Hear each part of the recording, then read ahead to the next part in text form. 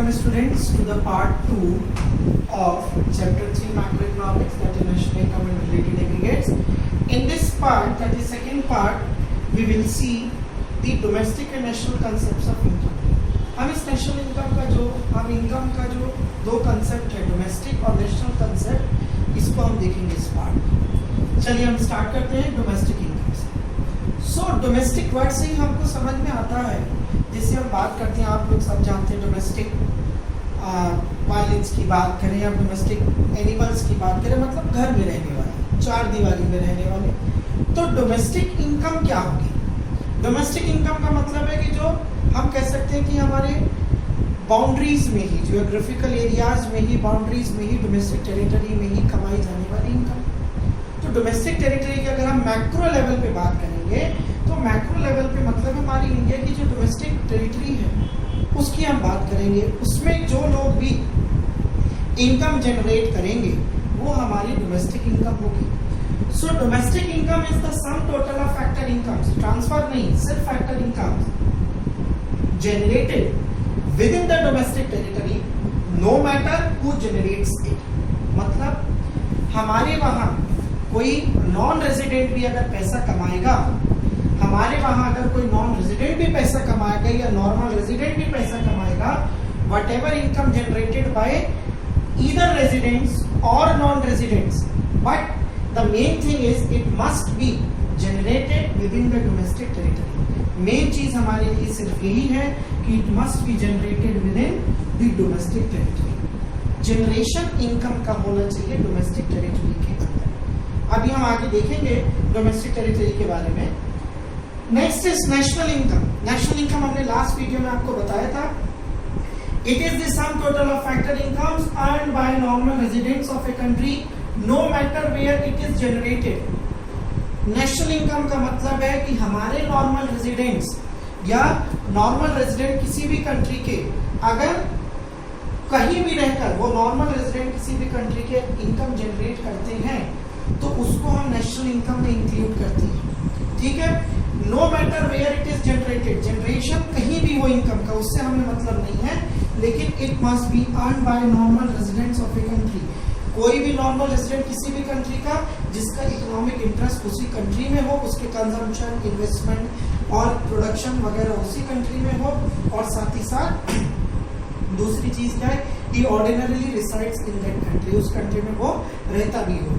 But it does not mean that जो भी हमारी नेशनल इनकम का पार्ट होगा वो हमारा क्या होगा, उसमें हम ये नहीं बोलते हैं कि that person must be a citizen of that country. वो कंडीशन अप्लाई नहीं होती। वो नॉर्मल रेजिडेंट हो सकता है, he can be a citizen और he can not be a citizen, दोनों बातें हो सकती हैं। सो डोमेस्टिक इनकम की बात करें तो हमारी डोमेस्टिक टेरिटरीज में जनरेट होने वाली इनकम डोमेस्टिक इनकम है। हमें इससे मतलब नहीं कि कौन जनरेट करेगा, वेदर नॉर्मल रेजिडेंट्स और नॉन रेजिडेंट्स। नेशनल इनकम में बात कहाँ है, no matter where it is generated, इससे फर्क नहीं पड़ता कि जनरेशन कहाँ हुआ इनकम का, बट मेन चीज क्या है कि अर्न करने वाले हमारे कौन होंगे, नॉर्मल रेजिडेंट्स ही होंगे। यहाँ पे नेशनल इनकम में अर्न करने वाले हमारे नॉर्मल रेजिडेंट्स ही होंगे, लेकिन डोमेस्टिक इनकम में हमारा जनरेशन पे डिपेंड करता है कि जनरेशन कहाँ है इनकम का। इनकम का जनरेशन डोमेस्टिक टेरिटरीज के अंदर है और जनरेट करने वाला कोई भी हो, बट नेशनल इनकम में क्या है कि जनरेट करने वाला नॉर्मल रेजिडेंट होना चाहिए, बट इट डजंट मैटर कि where it is generated, generate कहाँ होगी उससे हमें मतलब नहीं है। सो इसके लिए हमको सबसे जरूरी है जानना कि डोमेस्टिक टेरिटरी क्या होती है। तो अब हम देखते हैं डोमेस्टिक टेरिटरी के बारे में। सो हम डोमेस्टिक टेरिटरी के बारे में आपको बताते हैं। सो डोमेस्टिक टेरिटरी के बारे में हम बात करते हैं। तो डोमेस्टिक टेरिटरी का मतलब क्या होता है, देखिए there are two types of territories. एक पॉलिटिकल टेरिटरी की अगर हम बात करें तो हम जाहिर सी बात है हम बात करेंगे कि भारत की जो सीमा है वो हमारी पॉलिटिकल टेरिटरी है, but there is a difference between domestic territory in क्या कहते हैं पॉलिटिकल टेरिटरीज के टर्म्स में डोमेस्टिक टेरिटरी में थोड़ा फर्क होता है। और अगर हम इकोनॉमिक टेरिटरी के बारे में बात करें, इकोनॉमिक्स में अगर हम डोमेस्टिक टेरिटरी की बात करेंगे तो इकोनॉमिक टेरिटरीज अलग होती है। तो इकोनॉमिक टेरिटरी की अगर हम बात करें तो वो है क्या, ऐसी हमारी कौन सी कहना चाहिए इकोनॉमिक हमारी जो सीमाएं हैं वो क्या है भारत की। तो अगर हम जनरल बात करें तो ये क्या होता है, geographical territory administered by a government within which persons, capital and goods circulate freely. ऐसी बाउंड्रीज, ऐसी ज्योग्राफिकल लिमिट्स, ऐसी territories which are administered by a government, किसी भी देश की गवर्नमेंट का एडमिनिस्ट्रेशन उसमें काम करता है और वहां पर लोगों का, कैपिटल का और गुड्स का सर्कुलेशन फ्री होता है। मतलब वहां कोई बाउंडेशन नहीं है, वहां पर कोई बाउंडेशन नहीं होगा। वहां पर उस कंट्री के, जिस कंट्री की वो डोमेस्टिक टेरिटरी है, वहां पर जो है फ्रीली पर्सन्स, कैपिटल और गुड्स सर्कुलेट हो सकती है। ठीक है, जैसे एक मैं एग्जांपल दूं आपको। For example the aircraft which is operated by Air India. Air India का कोई एयरक्राफ्ट ऑपरेट होता है, मान लीजिए इंडिया और किसी दूसरी कंट्री से इंग्लैंड के बीच में अगर हम बात करें, सो उसमें जितने भी हमारे एम्प्लॉइज होंगे तो जो वो काम करते हैं, they are not allowed to go outside that limits. वो जो ज्योग्राफिकल लिमिट्स उसमें बाहर नहीं जा सकते। अगर वो बाहर जाते तो दे नीड अ पासपोर्ट, उनको पासपोर्ट चाहिए, उनको वीजा चाहिए।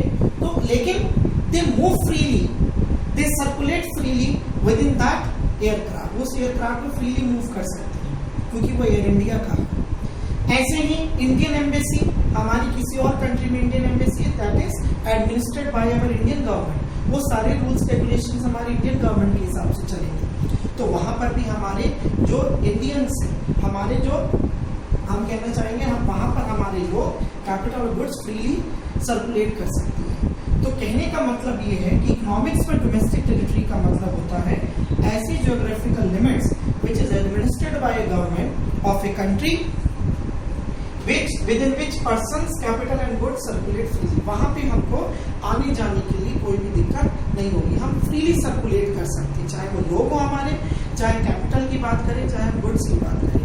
We can all the things are circulate freely। यहाँ पे सब चीज फ्रीली सर्कुलेट हो सकती है। इसको डोमेस्टिक टेरिटरी बोलते हैं इन टर्म्स ऑफ इकोनॉमिक्स। ठीक है, तो अब हम बात करते हैं, थोड़ा सा हम आपको बताते हैं नॉर्मल रेजिडेंट्स और नॉन रेजिडेंट्स के बारे में। नॉर्मल रेजिडेंट्स हमने बताया वो ordinarily resides in a country. ठीक है, एक कंट्री में रहने वाले ही मे और may not be the citizen of that country. वो सिटीजन हो भी सकते हैं और नहीं भी हो सकते हैं।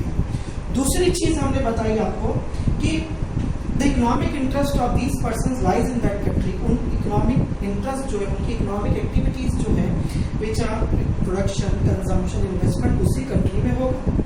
सो but these normal residents does not include the students those who come from other countries for studies.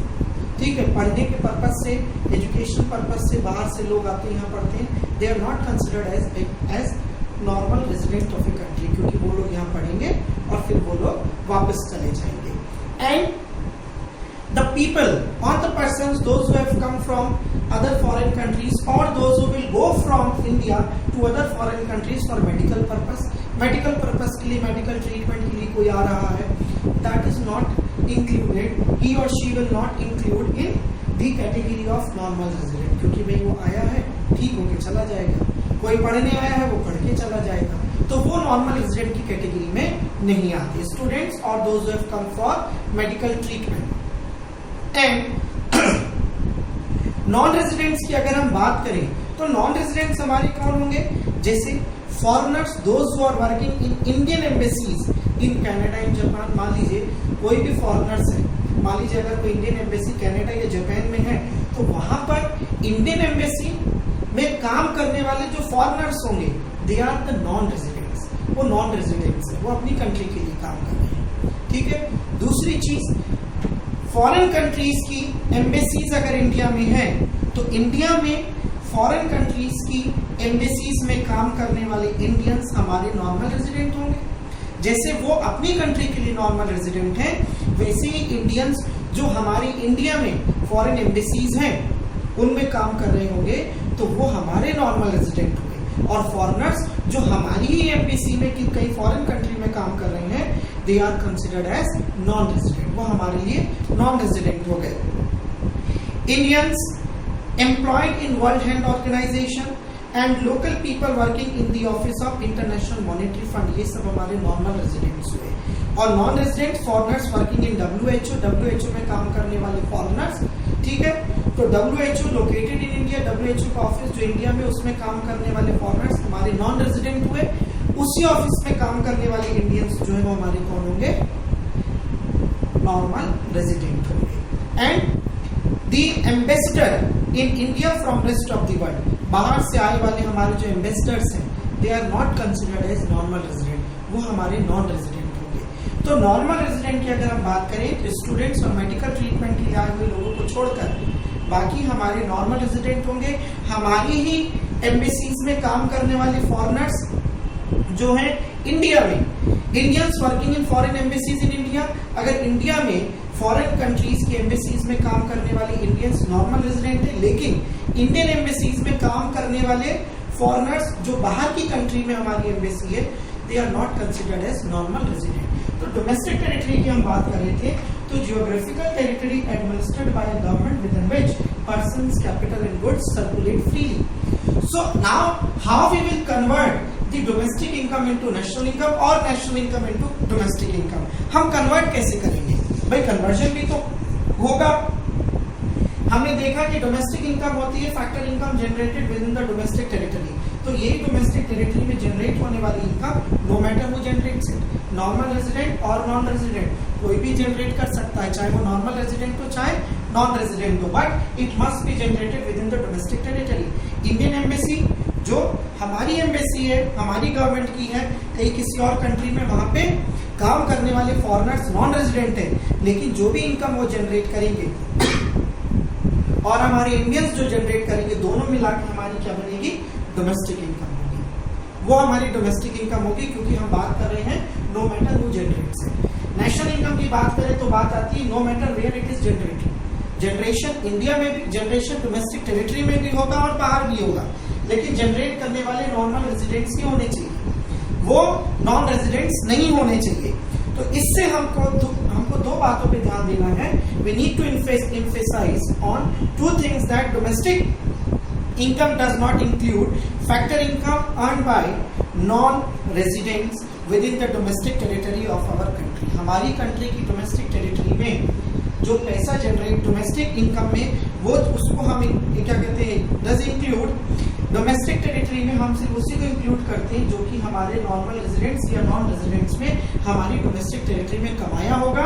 और दूसरी चीज, our domestic income does not include factor incomes earned by our residents from the domestic territories of other countries. Domestic territory में दो चीजें हमको ध्यान देनी है। पहली चीज डोमेस्टिक इनकम में कि हमारी डोमेस्टिक इनकम में वही इनकम इंक्लूड होगी जो जिसका जनरेशन हमारी डोमेस्टिक टेरिटरी में होगा, चाहे वो हमारे नॉर्मल रेजिडेंट्स कमाए चाहे नॉन रेजिडेंट्स। और दूसरी चीज, इसमें वो चीज इंक्लूड नहीं होगी जो हमारी रेजिडेंट्स किसी दूसरी कंट्री की डोमेस्टिक टेरिटरी में जनरेट करेंगे।